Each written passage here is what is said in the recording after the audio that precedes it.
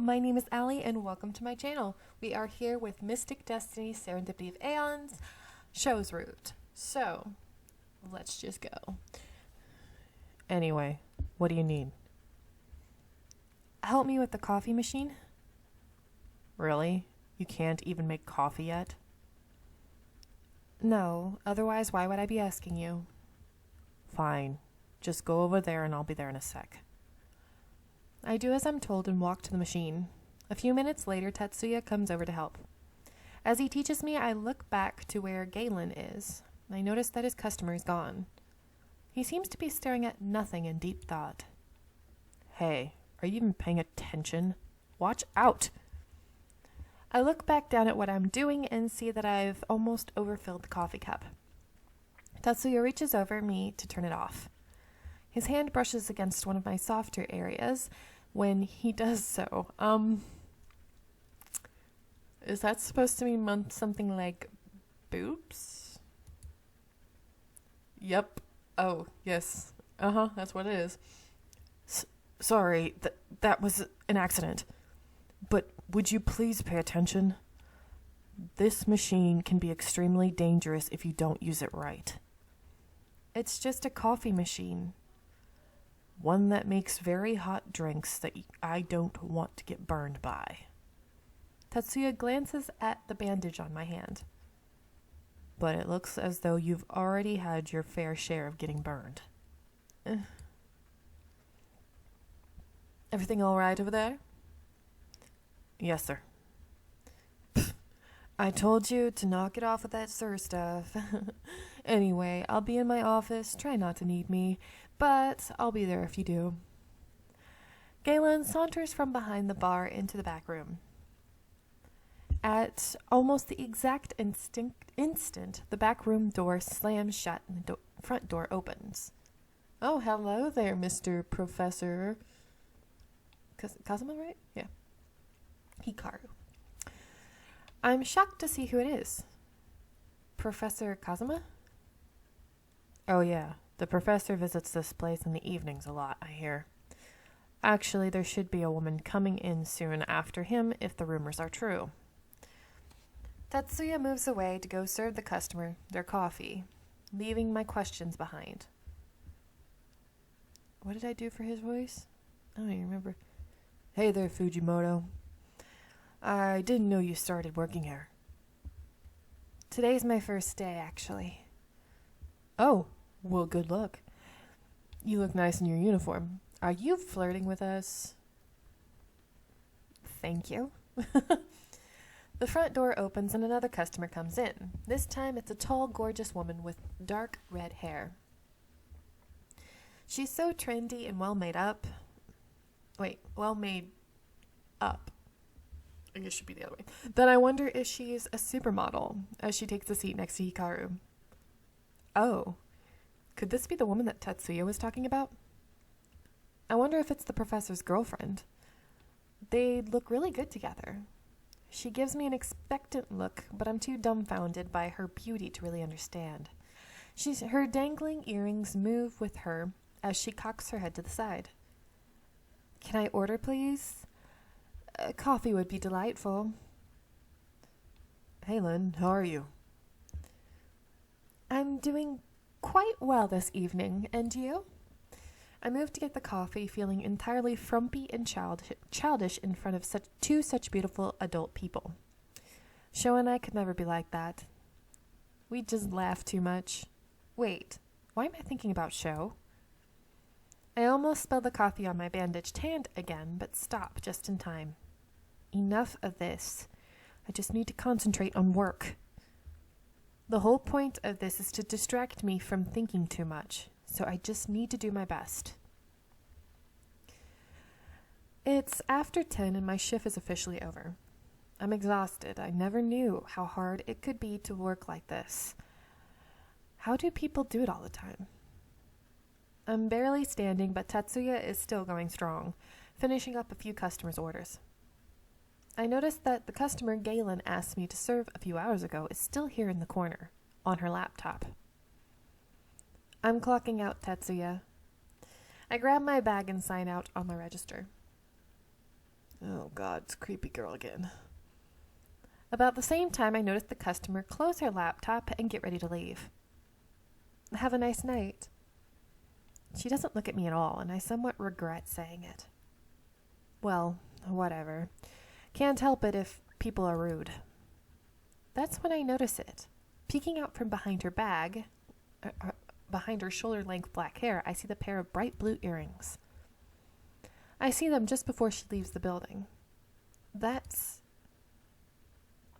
all I can think of is the past weeks of stress, fear, and of course the charm KO gave me. I need to talk to her at least, find out what she wants. I hesitate for a moment, looking back at Tatsuya before turning around. No. If this is about our company, there's no reason to get the guys involved. I hitch my bag on my shoulder and walk out into the night. Bad idea, girl. The girl is moving fast, so I'm already suspicious. But I figure there's one sure way to tell if she's malicious or not. Excuse me, miss? The moment I call out to her, the girl pushes someone aside and breaks out into a run. I knew it. That is the girl that's been stalking me this whole time. But I'm not going to live in fear anymore. I'll figure out what's going on and end this. I swing my bag crossways over my body and start running as fast as I can. Oh, we're already on chapter 7. Look at that. Darkness comes. I do my best to keep up with the girl, dodging and weaving through the scandalized crowd as politely as possible. She's ridiculously fast, and I'm somewhat out of shape. I bet any one of the guys would be able to catch up to her. I really need to start working out. I chase her all the way back into the lower district, and I'm running out of energy. Shit, I'm gonna lose her. The thought barely crosses my mind when I catch a stroke of luck. She turns down an alley lined with bars and restaurants. The people there barely seem to pay us any mind as we run past them. When I manage to catch up to her, I see that it's a dead end. I stop in my tracks, and the girl turns around slowly to face me. She only stares at me with expressionless black eyes. She's creepy. I don't know why, but she's creepy. I slowly, cautiously approach her, as if she were a cornered animal. I just want to talk to you. There was no need to run. I just have a few questions. The girl raises both hands up and the backs of her hands facing me. I stare back in astonishment. I recognize that stance. Is she going to... Suddenly her hands are covered in something like flames, only they're the wrong color. Black fire? Oh God, look at her eyes are so freaking creepy. Holy crap. I start to back up, but I'm not going to make it in time. The girl gives me a chilling smile before throwing the fire at me. I have to protect myself. Panicked, I throw up my hands to protect my face. I vividly remember my practice sessions with Shou. Ugh. Seeing a ball of fire come at me, so close I can feel the heat on my face. The fire explodes into tiny little flames against the shield. I almost unconsciously erected. My pulse beats faster in my throat as I process what just happened. She attacked me. She is freaking creepy. I don't know about you, but I don't like the way she's looking right now. The girl doesn't give me any time to think through. She summons up more fire and keeps throwing them at me relentlessly. I can feel the force of her power, and it's a lot stronger than Shou's was. Stronger, and I can't quite put it into words. Her fire feels so entirely different from Shou's, heavier, somehow. I can't keep this up. I move slowly backwards with my hands out in front of me as she throws fireball after fireball with a crazed grin. Yeah, she looks crazy as fuck. Whoa! My perspective is suddenly tilts. Never heard that. And I realize too late that I'm falling. Having tripped over a box. I try to put one hand behind me to catch myself, but with my concentration split, I realize I can't hold the shield just a second too late. Everything seems to happen in slow motion as two dark fireballs head straight for me. I see something orange in my peripheral vision streak by me, and I realize it's a person. Shou? The figure jumps in front of me at the same instant the fireballs reach me, and they make contact to their body. I cover my face as bits of fire fall everywhere around me. Are you okay, Munchie? I slowly take my hands down, frightened of what I might see. Shou is in front of me, half kneeling. Oh no! No. Oh. He glances back at me, breathing heavily. His clothes are partially burned away from the black fire, and he has burns all over his skin that's revealed.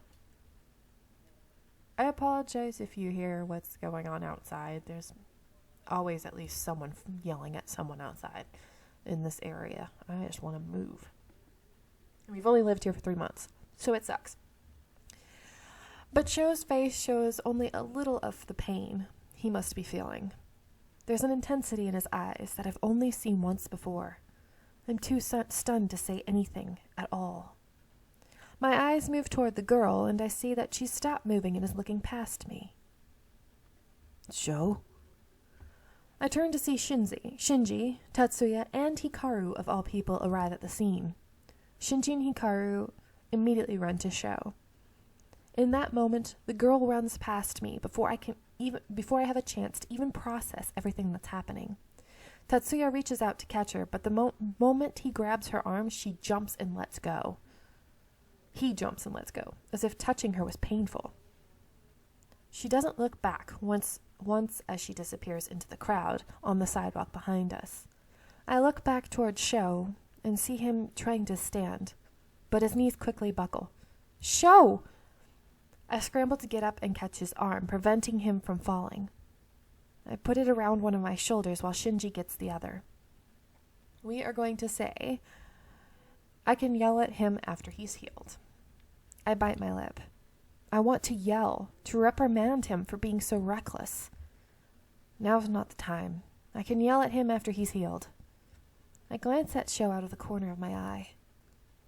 With his face twisted in agony, Shou doesn't seem like he'd even be able to say anything to me. I ignore the heavy feeling in my stomach. Tatsuya walks over and gently takes Shou's arm from me, putting it over his other shoulder. His own shoulder, derp. Hikaru motions for them to set Shou down at the corner he can lean into while he examines him. I got a hiccup again. Sorry. I stand there sobbing and feeling completely useless. Would cryokinesis have something like that? Like this? Yeah. Maybe we could just freeze the burns. For two intelligent guys, your suggestions don't make much sense. Just calm down and let me handle it. Shou himself looks like he's starting to succumb to the pain. Jeez, I can't. Oh, she's crying. I didn't even notice. Oh. His eyes are closed as he leans against the wall, and he's gritting his teeth. I see a small but bright light from Hikaru's hands as he places them over Shou's burns. Why, Shou? Why? I'm so... I don't know. I just wanted to. For whatever reason, this makes me cry even harder, and Tatsuya looks up at me. Crying is not going to help right now. Why don't you go home? Shou's not gonna die. He's in good hands with the professor. I can't leave Shou like this. I won't. Hikaru stands up, apparently done with healing Shou. Shou himself seems to be almost asleep, his breathing more regular. Hikaru looks at me. You're too emotional to get home by yourself. I'll take you. He looks back at Shinji, who's helping prop up Shou. Please take Shou home. He needs a lot of rest right now. I just got off work, so I'll help you get him back. I don't think he's capable of standing right now. I watch Tetsuya and Shinji pick an unconscious Shou up, and Hikaru puts a hand on my shoulder. They'll be fine. Come on, let's go. I'm gonna let you guys go here. Oh my gosh, it's already gotten a little, emotional. So anyway, I hope you are enjoying, and I'll see you next one. Bye.